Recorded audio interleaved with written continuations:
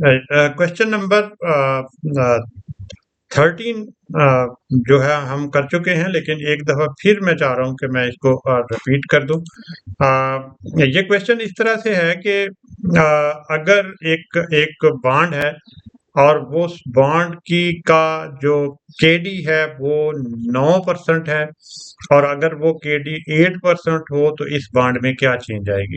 तो अगर 9% पे हमने कैलकुलेट किया है तो ये इसकी वैल्यू 999.62 है, और जब केडी हम 8% कर देंगे तो इसकी वैल्यू जो है वो 1066 यानी 166.9 हो जाएगी।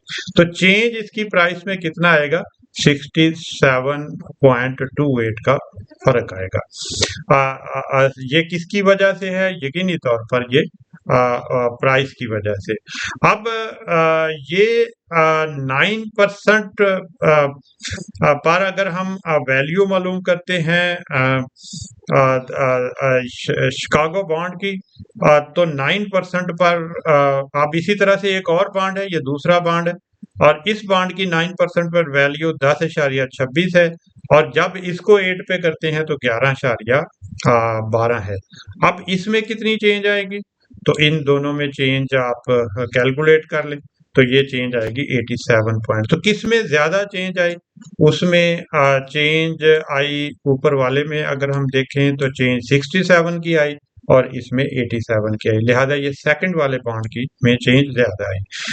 अब मैं लास्ट क्वेश्चन है, क्वेश्चन नंबर 14 डी जो है वो 2 है।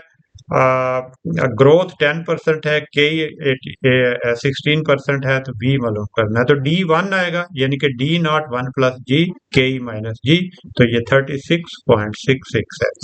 इसी का बी पार्ट अगर हम देखें तो डी जो है वो आपने मालूम किया। अब जब जी जो है वो 9% है 10 की बजाय, तो ये 31.14 का हो जाएगा, और अगर जी 11% हो जाएगा और के 16% और जी 11%, तो ऐसी सूरत में इसकी वैल्यू 44.40 हो जाएगी।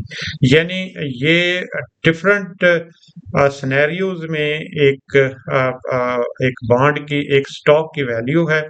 एक स्टॉक जिसका आज डिविडेंड 2 रुपए है, जिसमें 10% ग्रोथ होगी और रिक्वायर्ड रेट 16% होगा, तो उसकी वैल्यू 36.66 होगी। अगर उसका 9% उसमें ग्रोथ होगी तो उसकी वैल्यू 31.14 होगी, और अगर उसमें 11% ग्रोथ होगी तो उसमें की वैल्यू जो है वो 44.40 होगी। इस तरह से ये पूरे क्वेश्चन तो हमारे खत्म हो गए। तो हमने बड़ी आसानी के साथ क्वेश्चन जो थे वो खत्म कर लिए। यही क्वेश्चन मैं एक दफा आपको फिर दिखाता हूँ, शायद ये दोबारा हम देखें तो ये आपको स्क्रीन शेयर मैंने कर दी है, शायद पहले स्क्रीन शेयर नहीं थी।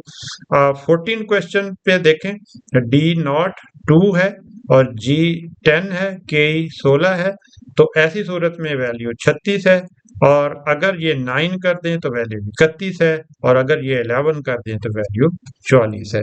इसी तरह से पीछे वाला क्वेश्चन भी मैं रिपीट कर देता हूँ। ये क्वेश्चन कुछ इस तरह से है कि ये एक बॉन्ड है, लेट सपोज ए बॉन्ड है, इसकी रिक्वायर्ड रेट 9 से अगर 8 करते हैं तो इसमें कितना फर्क आता है? इसमें 67 का फर्क आता है। और अगर इसकी को हम दूसरे बॉन्ड को हम 9% से 8 में करते हैं तो उसमें 87 का फर्क आता है। लिहाजा 1% दोनों में चेंज हुआ, लेकिन एक में ज्यादा चेंज आई और एक में कम चेंज आई। अब आप देखें कि जिसकी मैच्योरिटी ज्यादा थी उसमें ज्यादा चेंज आई, और जिसकी मैच्योरिटी कम थी उसमें कम चेंज आई।